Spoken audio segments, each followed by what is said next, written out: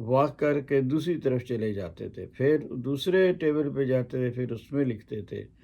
تو یہ سارا لکھائی کا سلسلہ، تفسیر کا سلسلہ، یہ اس طرح کا حضور فرماتے ہیں میرے والد صاحب کہا کرتے تھے کہ حضور اس طرح لکھتے رہتے تھے۔ اور عطا کہتے ہیں کہ وہ بیمار بھی تھے، ان کو کچھ بیماریاں بھی ایسی تھیں کہ ان کو زیادہ بیتھ روم بھی اس طرح ان کو جانا پڑتا تھا، لیکن اس کے باوجود وہ ہر وقت کہتے ہوئے دیکھا کہ دونوں سائڈوں پہ وہ رکھتے تھے تو وہ لکھتے رہتے تھے۔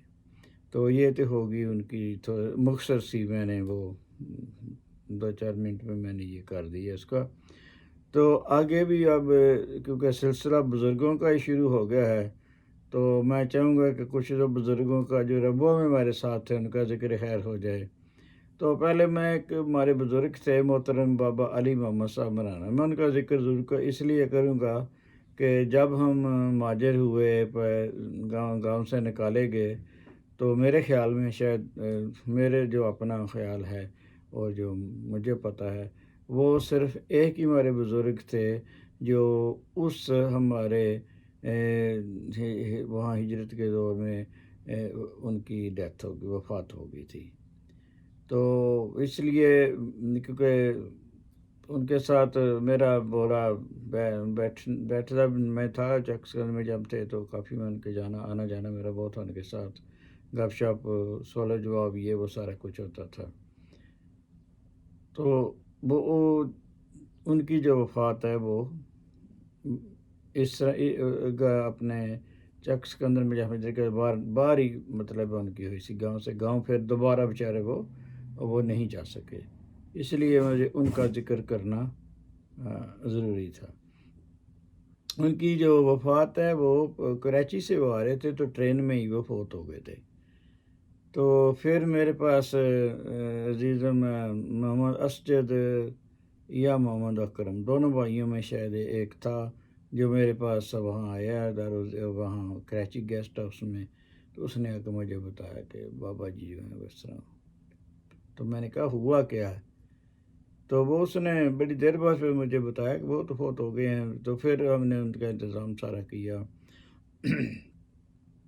تو جو دوست وہاں تھے اس وقت خادم، ان کو ساتھ لیا، پھر ان کی جو ہے وہ باڈی جو ہے اس کو سارا کچھ جو بھی ہم کر سکتے تھے وہ کیا، پھر ان کے دارالرخت میں سارا کچھ انتظام کیا۔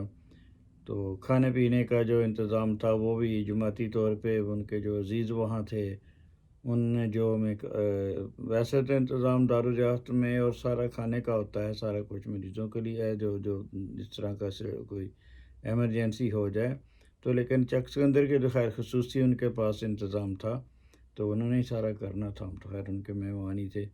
لیکن جو بھی انہوں نے کہا تو وہ جو ان کے وہاں عزیز تھے ان میں سے رابطہ کیا، تو میرے پاس وہ آئے، انہوں نے بتایا کہ یہ ہم کرنا چاہتے ہیں، تو وہ سارا کچھ ہم نے جو ہو سکتا تھا وہ کیا۔ تو یہ ان کے تھا کہ وہ گاؤں سے باہر ہی فوت ہوئے جب ہم ہجرت کر گئے۔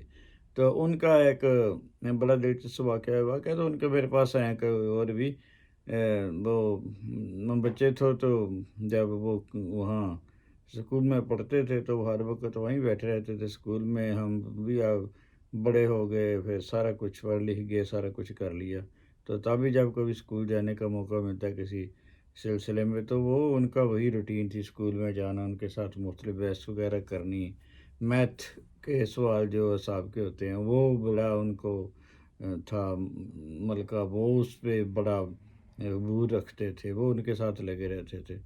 تو ایک دفعہ ان کی بحث ہو گئی، وہاں جو ٹیچر تھے ان کی داڑھیاں تھیں بڑی لمبی، تو ان کی جو مونچھیں نہیں تھی، تو وہ کہتے تھے کہ یہ نبی کے صلی اللہ علیہ وسلم کا حکم ہے کہ جو داڑھی جو ہے اس کو بڑا کر لیں تو مونچھیں جو ان کو کٹا دیں۔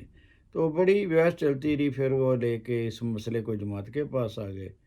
تو میں جو عشاء مغرب میں ہم لوگ گئے تھے، بابا جی بھی آ گئے، تو مجھے کہتے ہیں کہ یہ مسئلہ ہے، میں کہا اچھا دیکھتے ہیں۔ پھر وہاں میاں عبدالطیف صاحب ہمارے پاس ہوتے تھے، ان کے پاس علم تھا، یا جو بھی علم والے دوستوں سے پتہ کیا تو کوئی اس طرح جواب نہ مل سکا، ان کی بابا جی کی تسلی نہ ہوئی۔ مجھے کہتے ہیں کہا سب تسلی نہیں ہوئی. میں کہ اچھا پھر میں تو کہا ربا جو کل ربا یا 2 دن بعد ربا میٹنگ ہماری جاؤں گا تو پھر دیکھتے ہیں کیا ہوتا ہے. تو پھر وہ میں لے کے ان کا میسیج تو میں چلا گیا ربا. تو مفتی سلسلہ جو تھے اس وقت ان کو میں ملا، مرشد قادری صاحب کو ملا. تو پھر انہوں نے مجھے جو لکھ کے دیا، ریٹن لکھ کے دیا، وہ میرے پاس بڑی دیر کو پڑھی، اس کی کاپی پھر میں نے ان کو دے دی تھی کر کے. تو اس میں حضور صلی اللہ علیہ وسلم فرمایا کہ جو نا ان کے پاس کو بدو آئے باہر سے، جو جنگل سے میں لوگ رہتے تھے، تو انہوں نے اسلام قبول کر لیا. تو ان کی داڑیاں بہت بڑی ہوئی تھی، چہرے کے لمبی لمبی داڑیاں یہ وہ.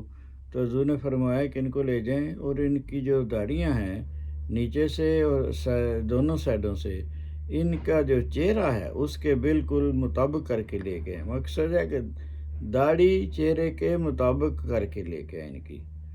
تو اس کا مطلب ان کو کاٹنا ہی پڑا، تبھی ان کو جو ہے وہ چہرے کے مطابق ہو سکتی ہیں. تو وہ میں سارا سلسلہ جو ہے وہ میں لے کے تو وہاں پہ آ گیا تھا. تو اس سے پھر یہ مسئلہ حل ہو گیا. تو اس طرح ہمارے ایک اور دوست مطلب بزرگ ہے مولوی عبدالخالق صاحب محترم. تو ان کو بھی میں روزانہ ہی وہاں ملتا تھا. روزانہ تو نہیں، سوری، ہفتے میں ایک دفعہ لازمی میں جاتا تھا ان کی خیر خیریت پتہ کرنے کے لیے. ان کے ساتھ بھی بڑا بیٹھنے کا موقع ملتا تھا. تو اس طرح ہمارے ایک اور دوست تھے محترم، بزرگ تھے ہمارے محترم میاں عبدالرحیم صاحب. میاں ابراہیم صاحب جو ہیں وہ محترم جو ہیں وہ ہمارے ساتھ چک سکندر سے تو ہجرت نہیں کی تھی، لیکن وہی رہتے تھے، بیمار تھے. تو وہ چارپائی پہ تھے، اٹھ نہیں سکتے زیادہ. تو ہم لوگ جب میں جاتا تھا ساتھ خدمہ لے جاتا تھا تو ان کو اٹھاتے بھی تھے، ان کے ساتھ گپ شپ لگاتے تھے. تو ان کو بہت ہوتا تھا کہ کوئی میرے گاؤں سے آیا ہے تو وہ بہت پوچھتے تھے فلاں کا کیا حال ہے، فلاں کا مکان بچا ہے. تو پھر جو بھی ہماری پوری ہفتے کی رپورٹ ہوتی تھی وہ میاں صاحب کے ساتھ ہم شیئر کرتے تھے، وہ بڑے خوش ہوتے تھے. یہ بزرگ کیونکہ ظاہر بات انہوں نے پوری زندگی ماشاءاللہ وہ وہاں چکسن میں گزاری. تو بڑے وہ نمازی پرہیزگار بھی تھے. مولوی عبدالخالق صاحب ماشاءاللہ تو سارے دوست جانتے ہیں. تو جو میاں ابراہیم صاحب تھے وہ ہم تو ان کے یعنی شاید بچے تھے ہم، تو ان کے سب پھر جوان بھی ہوئے ہمارے. تو ان کے ساتھ ہم ان کے پیچھے پیچھے اکثر میں جاتا تھا نماز کے لیے. بڑی گرمی ہو، بڑی سردی ہو، تو ماشاءاللہ وہ نماز کے لیے وہ جاتے تھے، وہ مسجد میں جاتے تھے. میں اور میرے والد صاحب، میاں صاحب، یہ سارے ہم اکٹھے ہی نکلتے تھے، زیادہ تر آگے پیچھے مسجد ہے تو ہم واپس جب آتے تھے تو زیادہ تر ہم اکٹھے ہی آتے تھے. تو ماشاءاللہ وہ جب بھی ہم جاتے تھے تو ایک دوسرا یہ تھا کہ وہ ہمارے پڑوسی بھی تھے. تو یہ محترم چوئی ناصر احمد صاحب جو ہیں ان کے تایا جان ہیں. شاید دوسروں کو کوئی بچوں کو نام بھی پتہ لگے میاں محترم میاں ابراہیم صاحب کا. تو یہ وہاں ربوہ میں ان کا جو سارے بچے جو ہیں وہ سارے جرمنی چلے گئے. تو انہوں نے ان کے لیے وہاں جو اپنا مکان بنایا ہوا تھا اس میں وہ رہ رہے تھے. ناصر آباد شہر میرا خیال ہے، ناصر آباد میرا ناصر آبادی تھا وہ. تو اس میں وہ رہائش پذیر تھے. تو ان کے ساتھ ہی بڑی گپ شپ رہتی تھی. تو یہ بزرگ سارے تو نہیں رہے دنیا میں، لیکن یہ ہے کہ میں نے کہا ذکر خیر ہونا چاہیے ان کا. ان کے ساتھ اچھا ٹائم گزرتا تھا ربوہ میں. تو اس طرح محترم مولوی نذر محمد صاحب، وہ بھی ان کے ساتھ بڑا اچھا، ان کو بھی لازمی میں ملتا تھا، ان کے ساتھ ہی بڑی گپ شپ رہتی تھی. تو اس طرح ایک ہمارے سائنسدار غلام محمد صاحب محترم تھے، کیونکہ وہ بھی ہمارے مہاجرین میں تو شامل نہیں ہوتے تھے، لیکن چک سکندر کے ساتھ ان کو بہت پیار تھا. ہر وقت وہ چک سکندر کی باتیں کرتے تھے.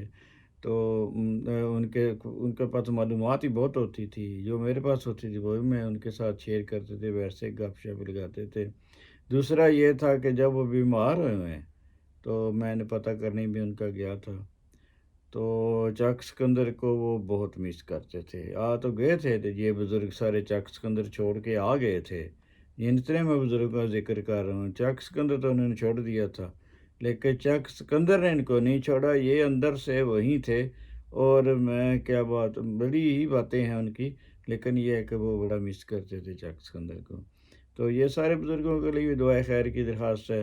تو اس طرح ہی جو میرے والد محترم تھے میں ان کو بھی ملنے جاتا تھا، اب وہ کیونکہ دور سے میں ادھر تھا تو وہ بھی چکس کو بڑا مس کرتے تھے ماشاءاللہ۔